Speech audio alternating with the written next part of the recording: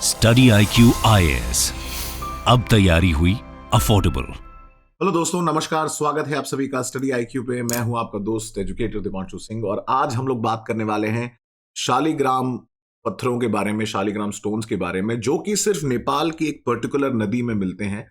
और ऐसा क्यों है? और सबसे बड़ी बात यह है कि आप देख रहे होंगे, न्यूज में आ रहा होगा कि ये जो पत्थर हैं, दो बड़ी बड़ी शिलाएं हैं जो नेपाल से भेजी जा रही हैं राम मंदिर, अयोध्या राम मंदिर जी के लिए। और सबसे बड़ी बात है कि इसी से शिल्पकार जो हैं, मूर्तिकार जो हैं, वो श्री राम एंड सीता मैया की जो है मूर्तियां बनाएंगे। तो ऐसी का क्या मान्यता है यहाँ पे और ऐसा क्या इंपॉर्टेंस है शालिग्राम स्टोन का, और ये नेपाल और इंडिया के फ्रेंडशिप और हिस्टोरिकल रिलेशंस को भी रिफ्लेक्ट करता है। तो इन सब चीजों के बारे में आज हम बात करेंगे, शालिग्राम स्टोन्स के बारे में, and also about temple architecture of Ayodhya Ram मंदिर। तो जो दो ये स्टोन्स हैं, या दो पत्थर जो हैं शालिग्राम, इनको non anthropomorphic representations of Lord Vishnu बोला जाता है। बेसिकली मतलब ह्यूमन फिगर में नहीं है, इसलिए नॉन एंथ्रोमॉर्फिक बोला जा रहा है इनको। और ये नेपाल से भेजे गए हैं। काली गंडकी नदी है जो स्पेसिफिकली वहां से ये पत्थर जो है मिले हैं, और इनको पहले आइडेंटिफाई किया गया है, उसके बाद इनको फाइनलाइज करके जो है वापस भेजा जा रहा है नेपाल से इंडिया। और ये अभी गोरखपुर पहुंचे हैं, आज ये अयोध्या पहुंच जाएंगे। तो नेपाल में आप जाएंगे, वहां पे आप देखेंगे एक वाटरफॉल है जहां पे काली गंडकी नदी निकलती है, और ये दामोदर कुंड से निकलती है लगभग 85 किलोमीटर नॉर्थ ऑफ ज्ञानेश्वर धाम गंडकी। और ये दोनों ही जो पत्थर या शिलाएं हैं, इनको वहीं से लाया गया है। और ये 6000 फीट की ऊंचाई से भी ज्यादा पे सिचुएटेड है। और लोगों का मानना है कि ये पत्थर करोड़ों साल पुराने हैं। एंड लगभग इनका वजन आप देखोगे तो 30 टन से ज्यादा है, और इंडिविजुअली अगर आप देखोगे 15 से 18 टन ये वे करते हैं इंडिविजुअल स्टोन जो है। तो जैसा कि आप जानते हैं कि अयोध्या राम टेम्पल का कंस्ट्रक्शन बड़ी तेजी से चल रहा है। इसकी वजह से सिग्निफिकेंट डेवलपमेंट भी हो रहा है, एयरपोर्ट भी आ रहा है, world class railway stations develop हो रहे हैं, और रोड वाइडनिंग की जा रही है। इसको एक इंटरनेशनल हब ऑफ टूरिज्म भी बनाया जा रहा है। तो उसी श्रृंखला में आप देखेंगे ये शालिग्राम स्टोन्स जो हैं, जिनको माना जा रहा है लगभग ये 60 से 70 मिलियन साल पुराने हैं, ये अयोध्या जाएंगे, जहां पे इनको कार्व करके जो बड़े एक्सपर्ट शिल्पकार रखे गए हैं, मूर्तिकार रखे गए हैं, वो इनसे श्री राम एंड सीता मैया की जो है शिल्प को बनाएंगे, स्टैचूज को बनाएंगे। और जैसा कि आप जानते हैं कि अयोध्या जो राम टेम्पल है, वो दिसंबर में उसके सेलिब्रेशन चालू हो जाएंगे, और उसके बाद मूर्ति को इंस्टॉल किया जाएगा, जो 14 या 15 जनवरी का जो मकर संक्रांति का ऑस्पिशियस दिन होता है, जिस दिन सन मूवमेंट वापस चालू करता है towards the Tropic of Cancer, उस दिन, उस ऑस्पिशियस ओकेजन पे ये मूर्ति को शायद वहां पे स्थापित किया जाएगा इन दी गर्भगृह ऑफ द टेम्पल। तो अब गर्भगृह की बात हो रही है, तो उसके बारे में हम लोग बात कर लेते हैं टेम्पल आर्किटेक्चर के बारे में। नगारा आर्किटेक्चर या नगारा आर्किटेक्चर जो है आपका, ये northern Indian style of architecture होता है टेम्पल का। साउथ इंडियन को हम द्रविडियन आर्किटेक्चर बोलते हैं, और इनके बीच का एक कॉम्बिनेशन होता है जिसको आप जानते हैं हम लोग विसारा स्टाइल ऑफ आर्किटेक्चर बोलते हैं, जो जनरली सेंट्रल इंडिया और गुजरात में आपको देखने को मिलता है, या फिर थोड़ा बहुत साउथ इंडिया में भी मिलेगा। तो जो नगारा स्टाइल ऑफ आर्किटेक्चर होता है, जैसा आप जानते हैं, उसमें शिखर होता है बहुत इंपॉर्टेंट, और उसके ऊपर आप देखेंगे जनरली एक फ्लैग रहेगा। उसके अलावा जो मेन सेक्शन है, जिसको हम गर्भगृह बोलते हैं, जहां पे मेन भगवान की मूर्ति रखी जाती है, और उसके अगल बगल आप देखेंगे जनरली उनके फैमिली मेंबर्स की, जिनको हम पंचायतन स्टाइल भी बोलते हैं। उसी के साथ साथ आपके मंडप होते हैं, कहीं कहीं कुडुम मंडप होंगे छोटे, कहीं पे आप देखेंगे नृत्य मंडप भी होते हैं, और रंग मंडप भी होते हैं, जहां पे जनरली आप देखेंगे पूजा पाठ या हवन किया जाता है, क्योंकि गर्भगृह के अंदर जनरली ऐसी चीजें नहीं की जाती। तो ये आप देखेंगे 3 स्टोरी का राम मंदिर बन रहा है, और 5 डोम होंगे। एक जो मेन होता है, मेन शिखर है, उसके अलावा आपके छोटे छोटे अलग अलग भी शिखर होते हैं।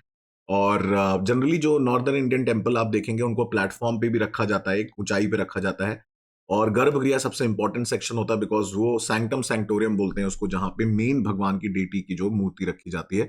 और ये जो मंदिर का आर्किटेक्चर आप देखेंगे, जिन्होंने सोमनाथ टेम्पल को दोबारा रिकंस्ट्रक्ट करने में आर्किटेक्चर का रोल जो बड़ा इंपॉर्टेंट प्ले किया था, वास्तुशास्त्र के हिसाब से अगर आप देखेंगे, इन्होंने उसको डिजाइन किया है। इनका नाम है, चीफ आर्किटेक्ट है चंद्रकांत भाई सोमपुरा, जिन्होंने अक्षरधाम टेम्पल भी अगर आप देखेंगे गुजरात में जो है उन्होंने डिजाइन किया। उनके ग्रैंडफादर थे जिन्होंने सोमनाथ टेम्पल को डिजाइन किया था। तो पूरी फैमिली में इस चीज का आप देखेंगे उनके में एक्सपर्टीज है।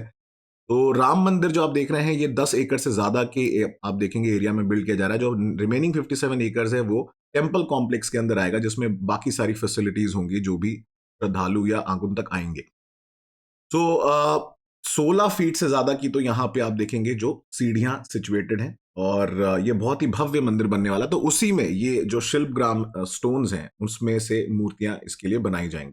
तो ये जो शालीग्राम स्टोन्स हैं, बेसिकली जो शालीग्राम ये वर्ड आया है, अगर आप देखेंगे ये एक्चुअली में होते क्या है, ये आपको देखेंगे काली गंडकी नदी जो है, मुस्तांग डिस्ट्रिक्ट से निकलती है नेपाल के, वहां पे ये सिर्फ पाए जाते हैं। और इनका माना जाता है ये लॉर्ड विष्णु को रिप्रेजेंट करते हैं, लॉर्ड विष्णु के नॉन ह्यूमन फॉर्म को रिप्रेजेंट करते हैं। और लॉर्ड राम क्योंकि जो है वो इनकारनेशन माने जाते हैं, रूप माने जाते हैं लॉर्ड विष्णु के लिए, इसलिए उससे मान्यता है, इनकी पूजा की जाती है। It is believe that if you worship जो है Shaligram stones, it brings good luck, wealth and also ward of evil spirits.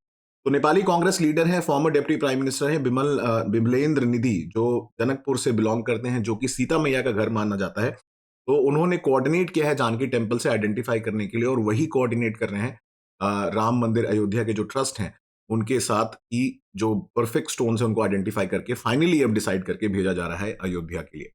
तो इसके बारे में हम लोग दोस्तों और डिटेल में बात करेंगे कि और क्या मान्यता है इससे सिचुएटेड। बट उसके पहले मैं आपको बताना चाहता हूं स्टडी आईक्यू के लाइव फाउंडेशन बैच के बारे में, जहां पे आपको complete preparation end to end मिलती है, along with these beautiful handwritten and printed notes with top faculties. तो उसको ज्वाइन करने के लिए आप डीप लाइव कोड यूज कर सकते हैं। साथ साथ सक्सेस इन प्रीलिम्स प्रोग्राम, जो ये स्पेसिफिकली प्रीलिम्स ओरिएंटेड प्रोग्राम होता है, जो 4 महीने के आसपास चलता है, जिसमें हम लोग डेडिकेटेड प्रिपरेशन कराते हैं सिर्फ प्रीलिम्स के पॉइंट ऑफ व्यू से। इसको भी आप एनरोल कर सकते हैं, ये भी टॉप फैकल्टीज के साथ। इसमें आपको प्रिंटेड मटेरियल भी मिलेगा, और ये सारी चीजें आपको डिस्काउंट में मिल जाएंगी जैसे ही आपको डीप लाइव यूज करेंगे।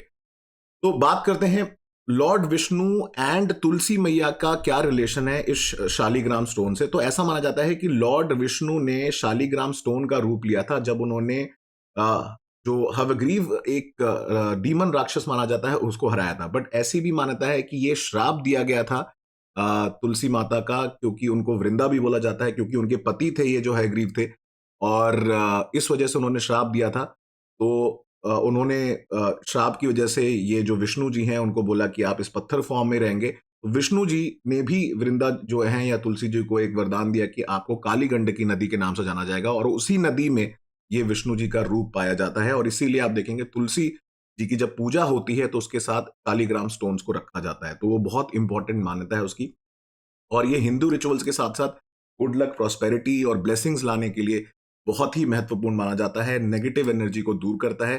साथ साथ अगर आप देखेंगे पुराने समय से ये मान्यता और प्रथा चली आ रही है कि जब भी मंदिर बनाए जाते हैं तो उसमें स्पेशल प्रॉपर्टी वाले स्टोन्स यूज किए जाते हैं। उसी में एक शालीग्राम भी बहुत ही महत्वपूर्ण है।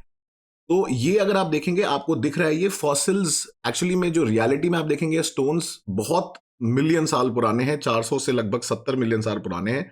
और ये माना जाता है कि ये डेवोनियन क्रिटेशियस पीरियड को बिलोंग करते हैं। और एक और भी मान्यता है इससे रिलेटेड, हिंदूज जो हम लोग बिलीव करते हैं कि माधवाचार्य ने रिसीव किया था फ्रॉम व्यास देव, जिनको हम अष्टमूर्ति भी बोलते हैं, and they also resemble symbols associated with God Vishnu. Basically अगर आप देखेंगे शंख जैसा आप देखते हैं पीछे से, ऊपर से तो बिल्कुल ये चिकना रहता है, लेकिन नीचे से आप देखेंगे तो शंख रूप में दिखता है। तो इसमें काफी सारी हिंदू मान्यताएं इससे एसोसिएटेड है। और जैसा मैंने आपको पहले बताया, ये काली गंडकी रिवर से ओरिजिनेट करता है। नदी काली इसलिए क्योंकि उसमें सिल्ट और क्ले बहुत मिलता है। और काली की गंडकी नदी अगर आप देखेंगे वो ये है, जो आप देखेंगे ऊपर से आती है तिब्बतन प्लेटो के पास से, धौलागिरी माउंटेन के बीच से, और नारायणी नदी भी इसको बोला जाता है आपके नेपाल में। फिर जाके ये गंडक नदी बन जाती है इंडिया में आते, और जाके पटना के पास गंगा नदी में जाके मिल जाती है। तो बहुत ही इंपॉर्टेंट नदी है, और अयोध्या ज्यादा दूर सिचुएटेड नहीं है, घाघरा नदी के बैंक्स पे, सरयू नदी के बैंक पे सिचुएटेड है। तो ये इंपॉर्टेंट भी है from the point of view of mapping. तो दोस्तों इसी से रिलेटेड आपको पता होगा, वैसे थोड़ा सा दूर है इससे, काला पानी डिस्प्यूट जो कि इंडिया और नेपाल के बीच में चल रहा है रिगार्डिंग जो काला पानी और ये जो काली नदी है उसको लेके है, कि मैप को लेके इशू हो गया था। नेपाल ने बोला था कि इतना हिस्सा उनका है, और ये ट्रीटी ऑफ सगौली से रिलेटेड है, जो अभी तक विवादित चल रहा है। लिपू लेक पास को लेकर और लिम्बू दरिया पास के बीच में एरिया है, और ये दारचुला जो नेपाल का डिस्ट्रिक्ट है और इंडिया के बॉर्डर पे पड़ता है, और उत्तराखंड के बीच में डिस्प्यूटेड एरिया है। तो इस पे अभी चल रहा है डिस्कशन, लेकिन केपी शर्मा ओली जब पुराने प्रधानमंत्री थे नेपाल के, उनके समय में ये थोड़ा ज्यादा इशू बढ़ गया था, स्पेशली आफ्टर गलवान। तो दोस्तों इसके बारे में हम आगे और भी वीडियो में बात करते रहते हैं। अगर आप देखना चाहते हैं तो इंडिया नेपाल को लेके मेरा वीडियो भी है इस चैनल पे, आप उसको भी रेफर कर सकते हैं। खैर बहरहाल ये था आज का वीडियो शालीग्राम स्टोन्स के बारे में, और क्या मान्यता है लॉर्ड राम एंड विष्णु जी को लेके विद अयोध्या टेम्पल। तो इसी से रिलेटेड आज का सवाल है पंचायतन, इसका क्या मतलब होता है, इसका आंसर मुझे जरूर दीजिएगा। यूपीएससी प्रीलिम्स का ये सवाल है और मैं मिलूंगा आपको अगले वीडियो में। तब तक आप मुझे फॉलो कर सकते हैं मेरे different Twitter handles, social media handles, Instagram and Telegram पे। तब तक के लिए दोस्तों धन्यवाद, थैंक यू एंड जय हिंद। स्टडी IQ IAS, अब तैयारी हुई अफोर्डेबल।